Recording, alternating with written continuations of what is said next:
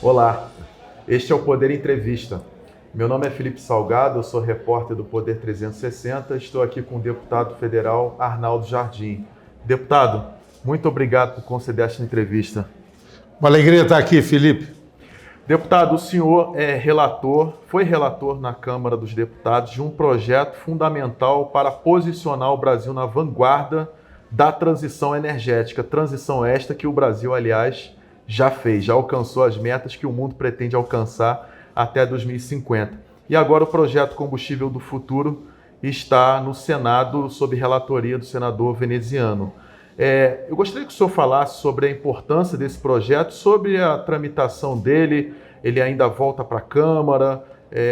Fique à vontade para falar um pouco sobre como o Brasil pretende transformar esse insumo energético em combustíveis essenciais para o mercado internacional, inclusive. Muito obrigado, Felipe, por essa oportunidade. A apresentação inicial tua disse o seguinte: o Brasil já fez a transição energética. E aí muitos podem se perguntar, então o que nós estamos fazendo? Tá certo? Nós estamos fazendo com que isso se consolide.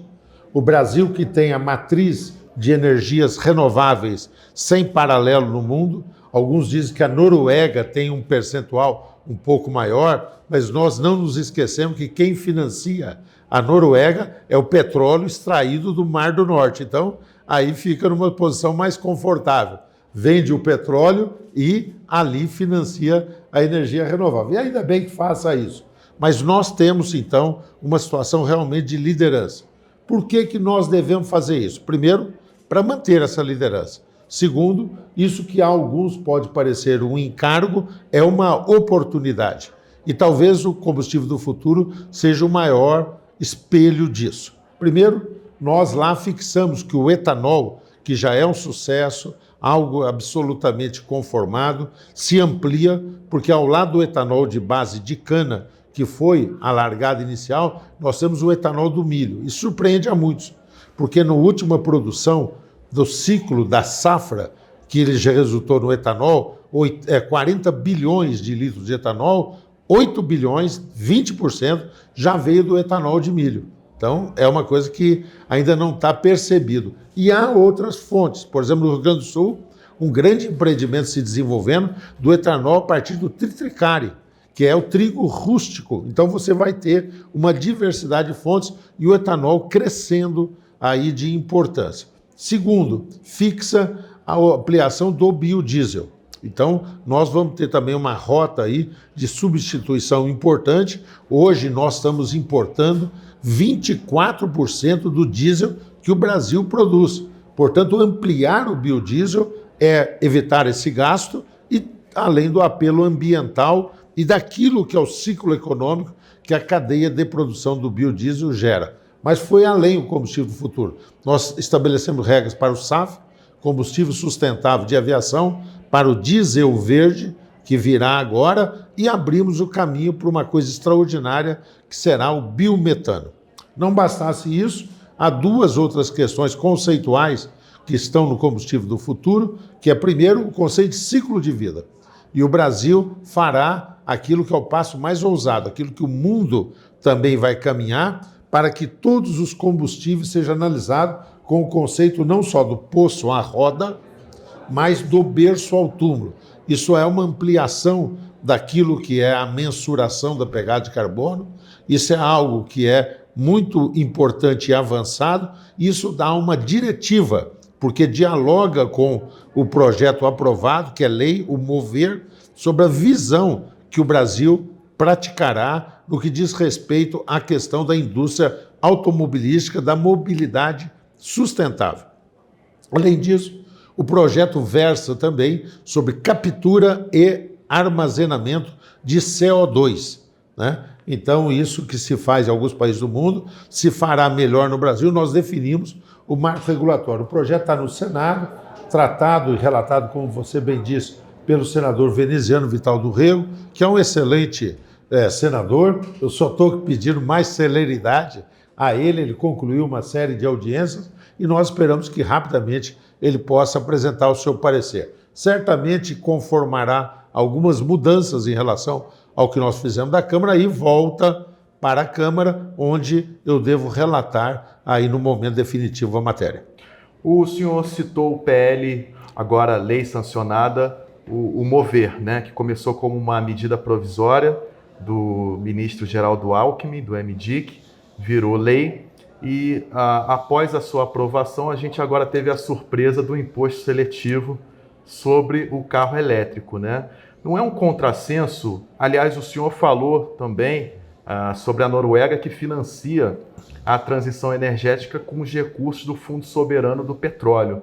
Não é um contrassenso um imposto seletivo sobre o petróleo e gás, inclusive para financiar a transição energética, e um contrassenso incidir mais impostos sobre carro elétrico no momento que o país busca dar competitividade para a indústria automobilística renovar a sua frota e direcioná-la para a mobilidade verde? Bem, a votação ainda está por se fazer, ainda não está definida a reforma tributária. Hoje vai ser um dia muito animado lá na Câmara, há pontos e pontos, o imposto seletivo, acho que tem algumas distorções, a própria tributação sobre a mineração, eu acho que pode ter um efeito cascata, mas o conceito de mobilidade sustentável, pelo combustível do futuro, pelo Mover, está muito bem estabelecido. No Brasil, nós vamos conviver o cardápio, nós vamos ter carros a combustão tradicional, nós vamos ter carros movidos com flex, com alternativas de combustível, nós vamos ter o híbrido plug-in, nós vamos ter o híbrido flex e nós vamos ter o carro elétrico, né? O que houve recentemente foi uma verdadeira invasão, tá certo? De carros elétricos importados, tá certo? No momento em que os carros elétricos, que chegaram a ser uma coqueluche na Europa, nos Estados Unidos, hoje tem uma revisão sobre isso. Esse próprio conceito do berço ao túmulo que eu expus, quando você submete isso ao carro elétrico, a questão ambiental dele fica muito questionada, né? Então eu vejo isso como um amadurecimento natural. O Brasil vai ter todas as formas, mas eu não tenho dúvida, é uma opinião minha e eu trabalho por isso, de que o Brasil tem uma solução nossa.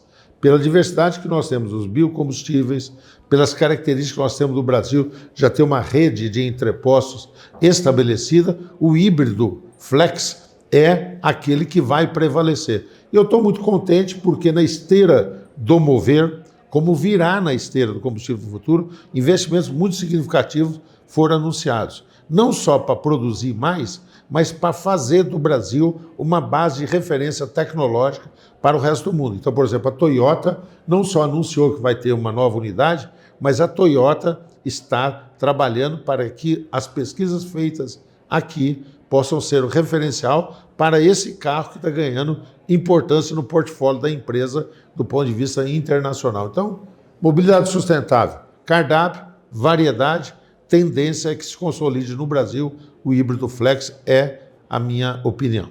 O senhor mencionou que determinados países do mundo estão fazendo uma revisão conceitual do carro elétrico e talvez a solução para o Brasil seja o modelo híbrido frente à competitividade dos biocombustíveis.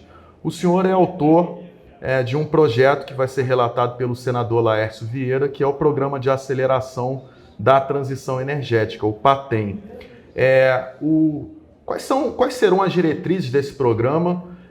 E visto que o Brasil está muito bem posicionado do ponto de vista energético ambiental nesse tabuleiro geopolítico, quais são essas diretrizes que vão diferenciar o modelo do Brasil frente ao mundo? Porque será que o Brasil pode dar lições ao mundo no campo energético?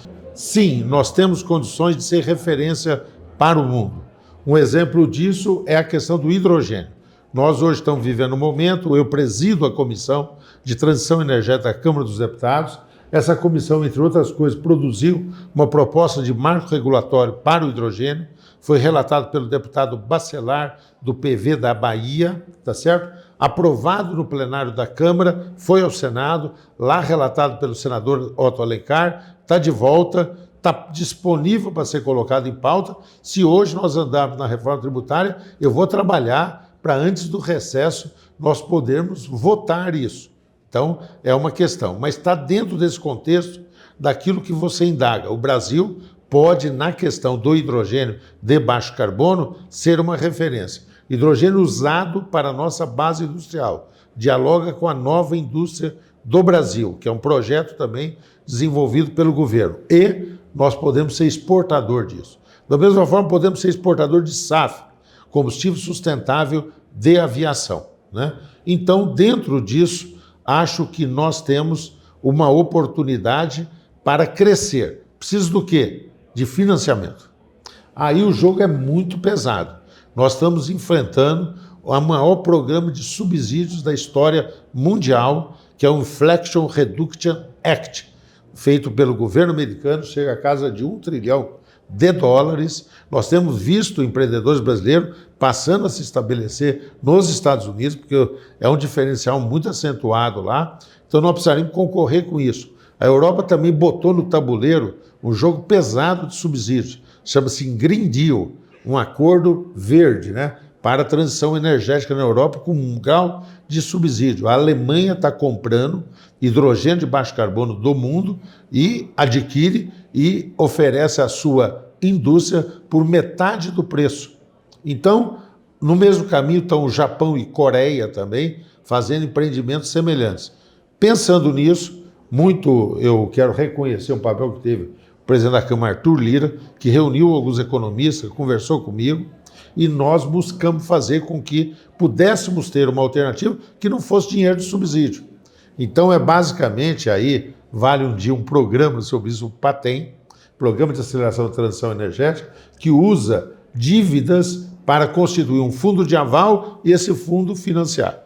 De uma forma, uma frase única, seria essa arquitetura desse recurso.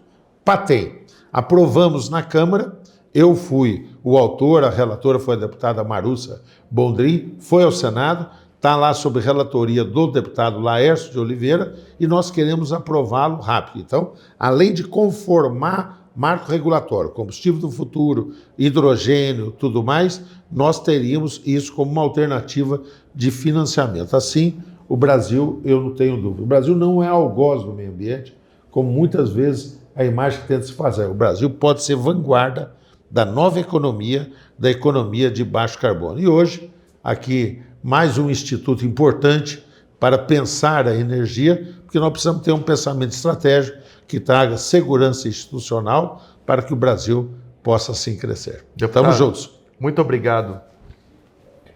Eu agradeço aos web espectadores que acompanharam esta entrevista. Muito obrigado. Poder Monitor, a ferramenta mais completa para monitorar os 3 poderes. Acesse agora poder.cc/monitor e ganhe 30 dias grátis.